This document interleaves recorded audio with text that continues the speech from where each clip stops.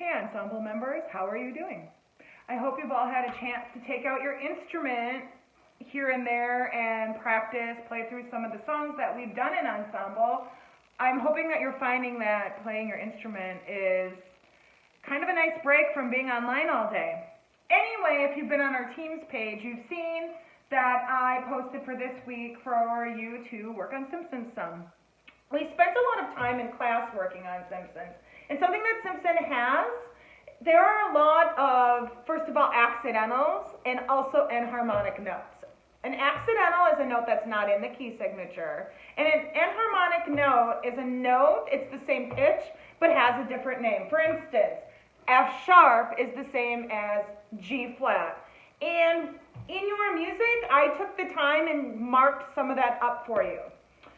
Another thing with The Simpsons, when you're practicing it, I want you to think about articulation. Articulation is so important, and I talk about this in my brass class all of the time, and I also talk about it in ensemble. When you're playing this, there are a couple of ties. There are no slurs. So most of this piece, you are using your tongue.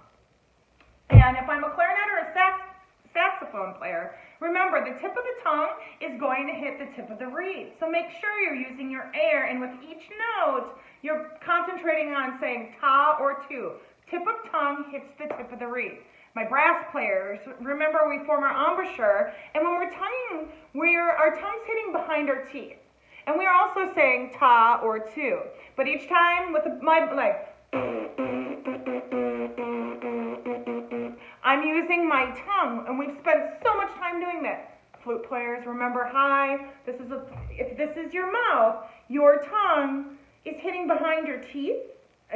I look kind of funny, but your tongue, the flute's a lot different, but you're still using your tongue, and it hits kind of where the roof of the mouth and your teeth are together, and you're saying ta or tu also. So make sure you're getting that air going and you're forcing yourself to use your tongue. The counting is tricky because what's happening is you're playing on a lot of ands. I'm going to play it for you, and then we'll talk about a couple of more things. So in the beginning, remember, we have the extended rests. So this is going to be our tempo. I'll count this off like we're in ensemble. 1, 2, ready, go. 1, 2, 3, 4, 2, 2, 3, 4. 3, 2, 3, 4, 4, 2, 3, 4.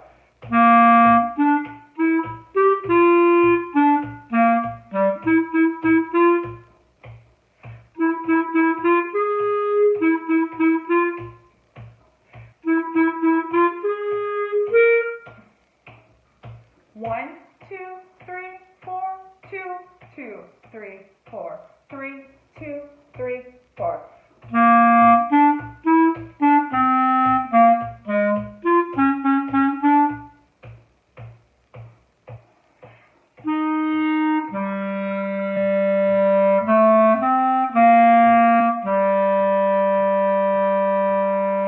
One, two, three, four, 2, 2, 3, 4. 3, 2, 3, 4, 4, 2, 3, 4.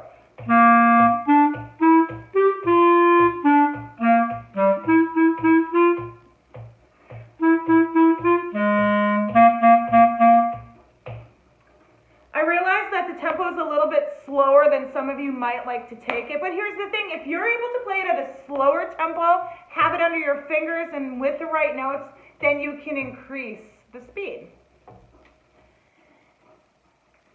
If you are having fingering problems, right, because you're not able to see me or see maybe one of your teachers in person, one of your music teachers, right, use your book as a reference. Remember, in the back of the book, you have a fingering chart.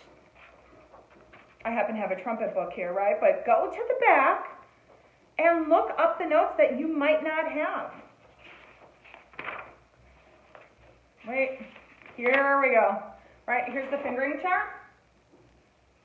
And also you'll notice too, they have the enharmonic notes. So for the trumpet, F sharp, G flat, the same finger, it's an enharmonic note. You're going to use your middle finger.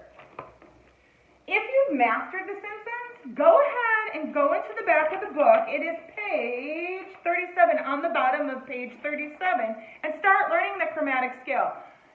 If it's easy for you, memorize it. It's such a good, it's just a good skill to have, knowing your chromatic scale.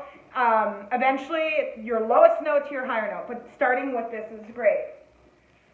I feel like I've covered everything I wanted to talk to you about with The Simpsons. Soon we'll start Yankee Doodle.